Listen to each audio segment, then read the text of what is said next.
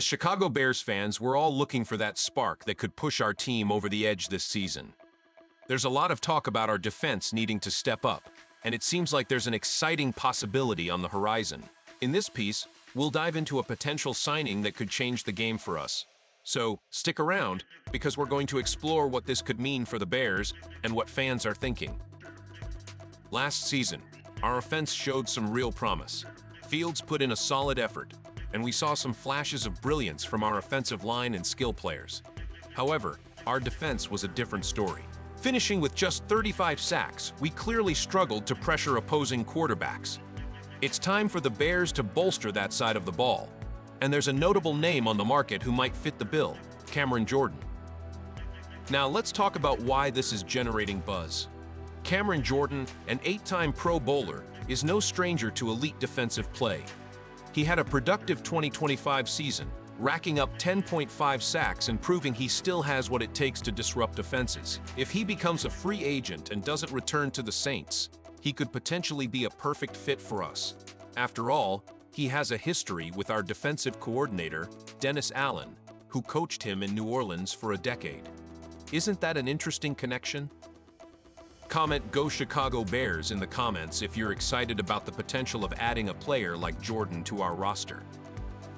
However, let's be real here.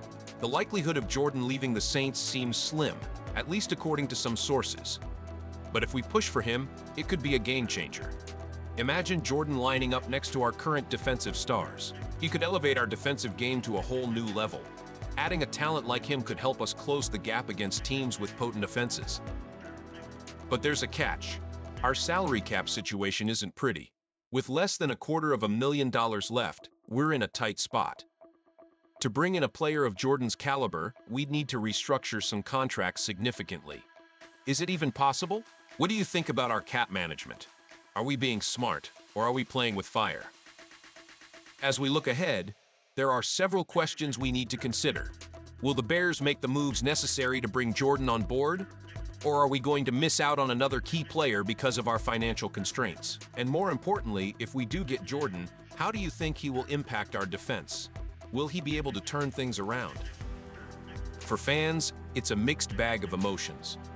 On one hand, we're optimistic about the potential of making big moves. On the other, we can't ignore the reality of our cap situation. It's a delicate balance. And as fans, we want our team to be competitive while also being financially responsible. It raises a lot of questions about our front office's strategy. As we continue to follow this story, let's keep the conversation going. What do you think about the Bears' chances of landing Cameron Jordan? Would he be the spark we need to ignite our defense? Or should we focus on other areas of improvement? Reach out in the comments and let us know your thoughts. Whether you're from Chicago or another city, your opinion matters. Tell us what you think about the Bears' direction and how you feel about our chances this season. As we wrap this up, let's remember that the season is just around the corner and every move counts. Stay tuned for more updates and discussions about our beloved Bears. Don't forget to subscribe and drop your thoughts in the comments. What are your hopes for the Bears this season? Let's hear it. Hey Bears fans, let's dive into some exciting news that could reshape our team as we head into the next season. The Chicago Bears are making moves in free agency, and it's crucial for us to stay engaged as we look to build on last year's success. Winning the NFC North and securing the second seed in the NFC was just the beginning. Now we have to keep that momentum going. What does the future hold for our offensive line? In this discussion, we'll focus on the potential signing of former Detroit Lions offensive tackle Taylor Decker. Could he be the key piece that bolsters our front line?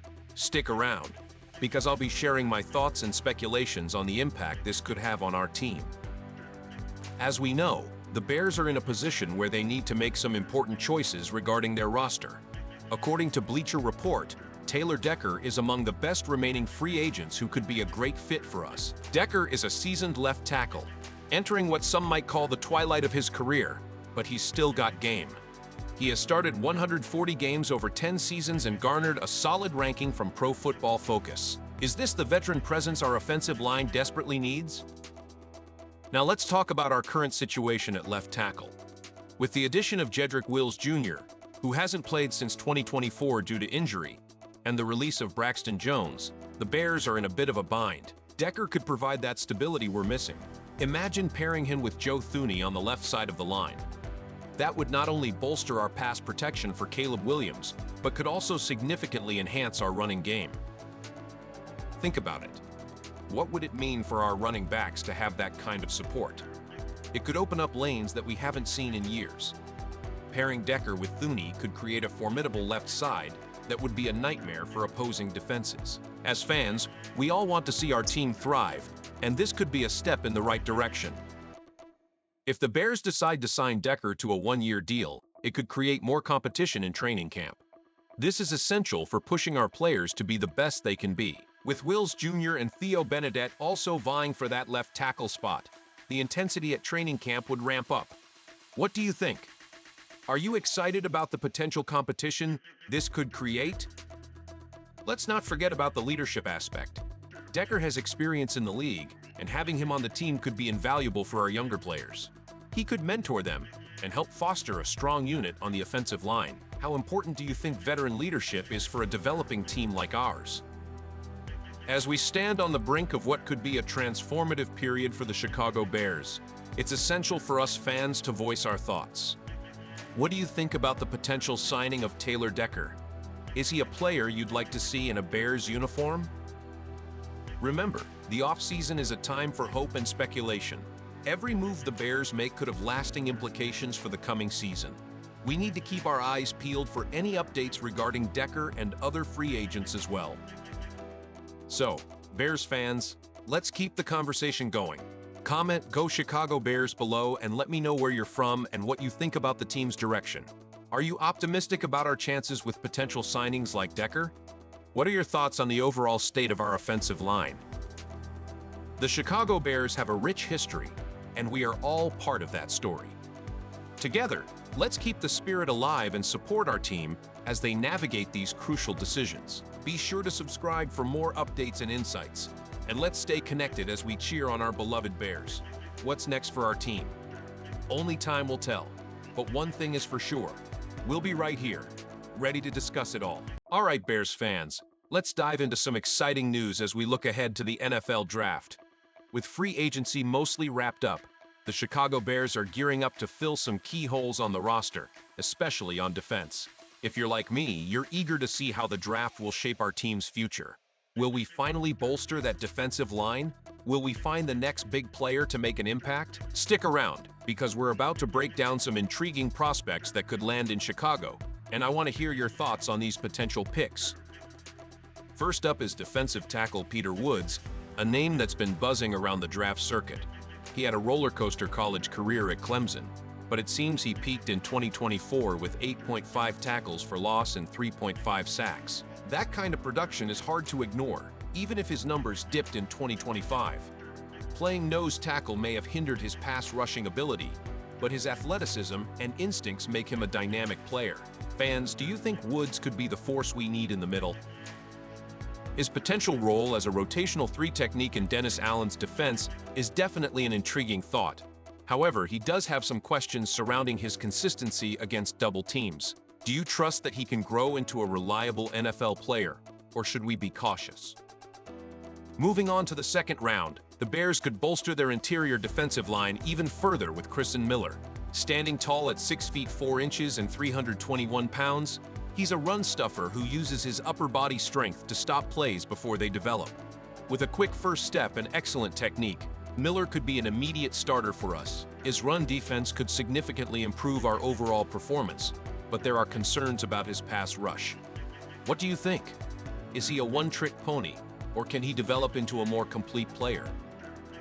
Then we have edge rusher Gabe Jacas from Illinois, selected with a pick from the DJ Moore trade. Jacas boasts impressive stats, racking up 93 tackles and 19 sacks in his last 2 college seasons. While he might lack some creativity as a pass rusher, his strength and experience could be invaluable on our defensive line. Plus, he's a team captain, which means he brings leadership to the locker room. With some of our veteran leaders moving on, how valuable is that experience? Now let's talk about safety Zakee Wheatley from Penn State. This guy has the size and speed to cover a lot of ground, making him a solid addition to our secondary. He has shown improvement during his college years, suggesting that he has the potential to grow in the NFL. However, his technique against the run has been inconsistent. Do you think he can shore up those weaknesses with the right coaching? In the 4th round, the Bears could take a chance on Parker Brailsford, an Alabama center known for his mobility and speed. He's a bit undersized but could thrive in a zone run scheme, which suits our offensive style. Given his development potential, could he be the successor to Garrett Bradbury? What do you think about potentially investing in a center now for long-term gains? The Bears rounded out their mock draft with running back Russell Faison. He has a patient running style and can cut quickly, but he's also 26 when he enters the league. Is that too old for a rookie? While he might not have breakaway speed, his overall running ability could benefit our backfield. Do you see him as a viable backup option, or should we be aiming higher? Lastly, we have cornerback TJ Hall. He's a physical player with solid athleticism, but his mental game might need a little polish. With some of our cornerbacks entering contract years, could he be a valuable depth piece or even a future starter? This mock draft paints a picture of a Bears team focused on reinforcing our defense while adding some intriguing offensive pieces. The potential for Peter Woods and Christian Miller to solidify our defensive line is exciting, and the other prospects could help us build for the future. Fans, how are you feeling about these choices? What do you think about the direction we're heading in? Are there any players you wish the team would target? Let's keep the conversation going in the comments. Remember to tell us what city you're rooting from and your thoughts on the Chicago Bears' potential draft strategy. This draft could be pivotal for us, so let's get hyped and ready for what's next. Don't forget to subscribe for more updates and comment below with your opinions. Go Chicago Bears!